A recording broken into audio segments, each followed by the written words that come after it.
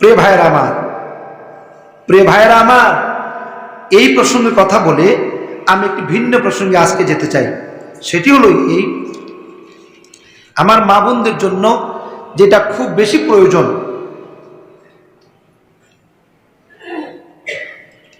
এই বিষয়টা আমি নিয়ে আসলাম আজকে, যে আমার মা বোনরা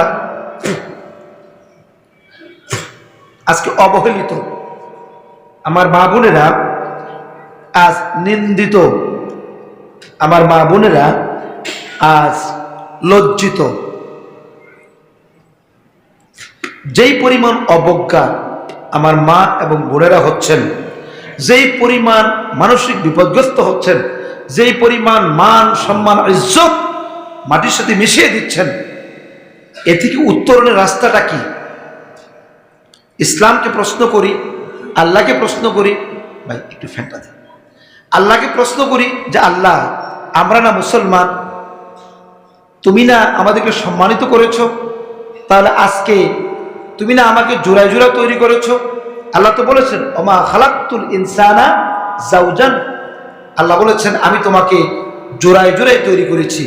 যদি জোড়ায় জোড়ায় তৈরি করে, তাহলে ৭৭ বছর বয়স্ক বুড়ার সাথে আমি ১৪ বছরের মেয়ের বিয়েটা কেমনে হইল? এইটাই কি আমার জোড়া ছিল? কথা বলেন, এটা কি জোড়া ছিল নাকি? তা আল্লাহ কি এত অবিবেচক যে ৭০ বছরের বৃদ্ধ একটা লোকের সাথে ১৪ বছরের একটা মেয়ে বিয়ে হবে? এটা কি আল্লাহ জোড়া মিলায় রাখছিল এভাবে? না, এটা আল্লাহর বিবেক নয়, এটা আল্লাহর ইনসাফ নয়। আজ আমরা কি দেখতে পাচ্ছি? ১৪ বছরের একটি মেয়ে, ৭৭ বছরের একজন লিডার মেম্বার বা সাবেক চেয়ারম্যান ছিল, সে তাকে জোর করে বিয়ে করে ফেলেছে ১৪ বছরের মেয়েকে। আবার কি দেখতে পাচ্ছি আমরা? এই টাঙ্গাইলে সেদিন দেখলাম একটা মেয়ে 9-এ পড়ে আর একটা মেয়ে 10-এ পড়ে, দুই মেয়ে সমকামিতে তারা বিয়ের জন্য ঘর থেকে বেরিয়ে গেছে। বাপ মাগুলা কাঁদছে, চিৎকার করে কাঁদছে, আহারে সন্তান জন্ম দিয়ে আজকে কি বিপদে পড়লাম, কি বিপদে পড়লাম, সন্তান জন্ম দিয়ে কি মারাত্মক বিপদে পড়লাম। মেয়েকে বিয়ে করতে চায়, ঘর থেকে বের হয়ে গেছে, জেলখানায় পুলিশে ধরে দেওয়া হয়েছে। মেয়েরা বলতেছে আমরা বাঁচবো না, প্রয়োজনে মরবো, তারপরেও আমরা একজন আরেকজনকে বিয়ে করতে চাই। বলি না আউযুবিল্লাহ, হচ্ছে নাকি? পুলিশের দারোগা তার বাড়িতে যে মেয়ে বসে আছে, আমাকে বিয়ে করতে হবে তোমাকে, কারণ তুমি আমাকে ভোগ করেছো, দীর্ঘদিন পর্যন্ত তুমি আমাকে ভোগ করেছো, এখন বিয়ে না করলে আর হবে না, বিয়ে করে জন্মের মতো ভোগ করো, আমার কোনো আপত্তি নেই। কি শুরু হয়ে গেল এগুলো একটা দুটো ঘটনা না, ঢাকা শহরের নাগরিক আপনারা জানেন এগুলো কেন হচ্ছে। আল্লাহকে প্রশ্ন করি, আল্লাহ কারণটা কি? কেন মেয়েরা তার স্বামী পাওয়ার জন্য স্বামীর বাড়িতে যেয়া অনশন করছে? একদিন দুই দিন, একটা দুইটা না ঘটনা, অসংখ্য ঘটনা ঘটতেছে প্রতিনিয়ত। বসে আছে যে স্বামীর বাড়িতে, তারাই দিচ্ছে, মারতেছে, বলতেছে না আমি তাকে বিয়ে করবই। তারা বলতেছে সে তো বিয়ে করেছে আগে একটা, সে করুক, আমাকেও আবার করতে হবে। কেন এমন ঘটনাগুলো ঘটছে কেন? দেখি আল্লাহকে প্রশ্ন করি, আল্লাহ মেয়েদের এত অসম্মান কেন? কেন মেয়েরা আজকে স্বামীর জন্য এত অসম্মান কেন হচ্ছে? তুমি না বলেছো নারীদেরকে সম্মান দিয়েছো তুমি, ওরা না মায়ের জাতি, এত অসম্মান কেন? আল্লাহ কি বলছো শুনুন। আল্লাহ রাব্বুল আলামিন বলেন, আমি রাব্বুল আলামিন তোমাদেরকে সৃষ্টি করলাম। আল্লাহ রাব্বুল আলামিন বলতেছেন, ইয়া আইয়ুহান নাস ইন্না খালাকনাকুম মিন যাকারিন ওয়া উনসা ওয়া জাআলনাকুম শুউবান ওয়া ক্বাবাইলা লিতাআরাফু ইন্না আকরামাকুম ইনদাল্লাহি আতকাকুম ইন্নাল্লাহা আলীমুন খবীর। সুবহানাল্লাহ বলবেন না? আল্লাহ রাব্বুল আলামিন পরিষ্কার করে বলেন, হে মানব জাতি, আমি তোমাদেরকে এক পুরুষ এক নারী থেকে এই পৃথিবীতে সৃষ্টি করেছি, বিভিন্ন জাতি এবং গোত্রে বিভক্ত করেছি।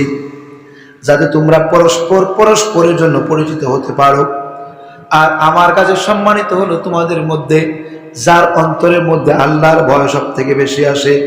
ইন্না আকরামাকুম, তোমাদের মধ্যে সব থেকে সম্মানিত হলো ওই ব্যক্তি ইনদাল্লাহ, আল্লাহর কাছে, আতকাকুম, যে আল্লাহকে সব থেকে বেশি ভয় পায়, হোক সে নারী আর হোক সে পুরুষ, সেই হলো আমার কাছে সব থেকে সম্মানিত। সুবহানাল্লাহ।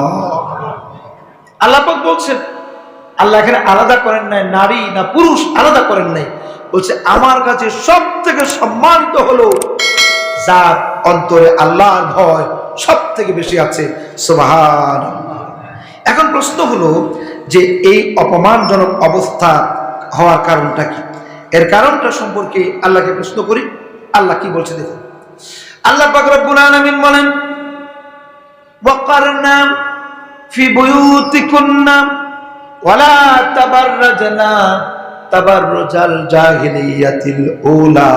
সূরা আহজাবের 33 নম্বর আয়াতে আল্লাহ রাব্বুল আলামিন বললেন, হে পৃথিবীর মানব জাতি শুনে রাখো, নারীরা শুনে রাখো, প্রত্যেকে তোমরা নিজ নিজ ঘরে অবস্থান করো, জাহিলিয়া যুগের মতো বেহায়াপনার মতো বেপরদা অবস্থা ঘর থেকে তোমরা বের হয়ে যাবা না।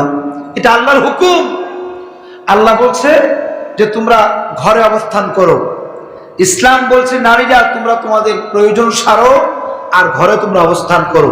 হ্যাঁ, ঘরের বাইরে যদি যেতে চাও, জাহিলিয়া যুগের মতো বস্ত্রহীন অবস্থায় তোমরা ঘর থেকে বের হবা না। এবার রাসূল কি বলছে একটু শুনুন। নবীজি বলেন যে অচিরেই তোমরা এমন কিছু নারীর সন্ধান দেখবে, পাবে, বা এমন কিছু নারীর আগমন ঘটবে যারা পোশাক পরেও উলঙ্গ থাকবে। পোশাক পরবে কিন্তু উলঙ্গ থাকবে। এটা তো কথাটা বুঝলাম না ভাইয়ের আমার। পোশাকও পরবে আবার উলঙ্গও থাকবে, এটা কেমন?